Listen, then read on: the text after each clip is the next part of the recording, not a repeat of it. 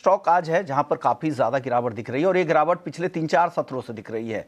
सिंजीन 5 दिनों में देखेंगे 22% टूट चुका है, आज भी 10% से ज्यादा की गिरावट के साथ कारोबार कर रहा है। इसके पीछे क्या कारण है समझने के लिए चलते हैं अभिषेक के पास। अभिषेक, सिंजीन इंटरनेशनल काफी ज्यादा कमजोर हुआ है, क्या वजह है? विश्वमोहन 4-5 दिन नहीं बल्कि 9 सत्र से लगातार गिरावट हो रही है सिंजीन की शेयर में। और अगर हम 9 सत्र की बात करें तो लगभग 5,500 करोड़ रुपए का मार्केट कैप सिंजीन से साफ हो गया है। नतीजे काफी डिसअपॉइंट किए थे। और अगर हम 2 सत्र की बात करें तो लगभग 16-17% के आसपास से गिरावट सिंजीन के शेयर में आ गई है और ये 5 साल के निचले स्तर पर है, यानी कि अगस्त 2020 के लेवल पर फिलहाल शेयर जाके कारोबार कर रहा है।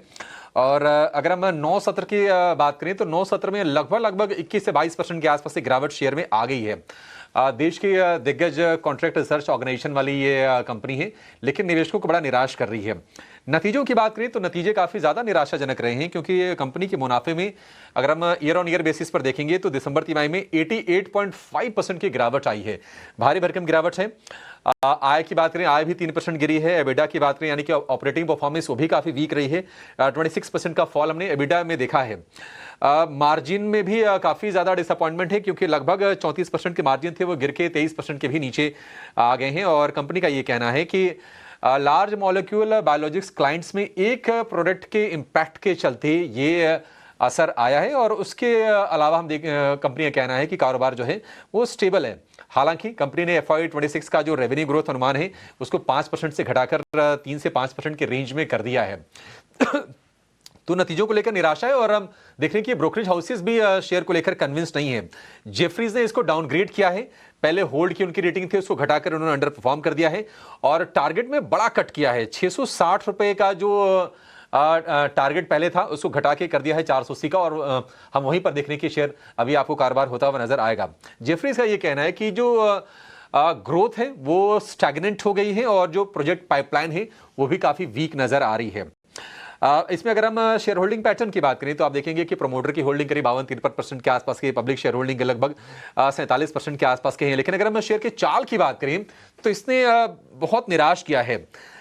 महीने भर में लगभग 25-27% शेयर आपको नीचे दिखाई देगा, 6 महीने में 30% नीचे ये शेयर लगभग है और साल भर में नेगेटिव -35% के रिटर्न आपको दिए हैं सिंजीन ने। तो काफी ज्यादा निराशाजनक स्थिति और अर्निंग को लेकर भी हम देख रहे हैं कि इससे जो निवेशक हैं उनका भरोसा उठ रहा है और तेज पिटाई आज आप देखेंगे। वायदा का सबसे ज्यादा गिरने वाला शेयर आपको सिंजीन ही नजर आएगा, 10% के आसपास का फॉल हो गया है।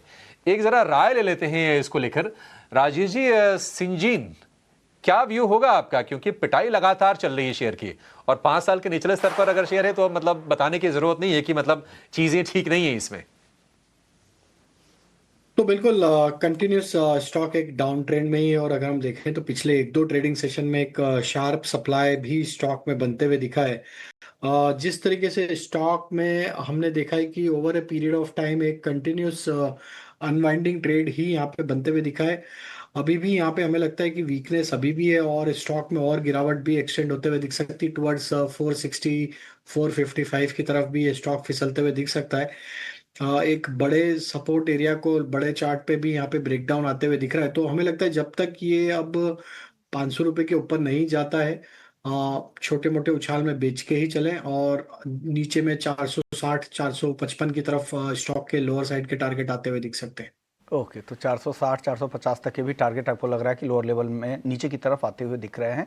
तो उछाल पे कभी यहाँ पे बाउंस बैक दिखे तो वहाँ पर बेचने की सलाह अभी फिलहाल दिख रही है। चलिए।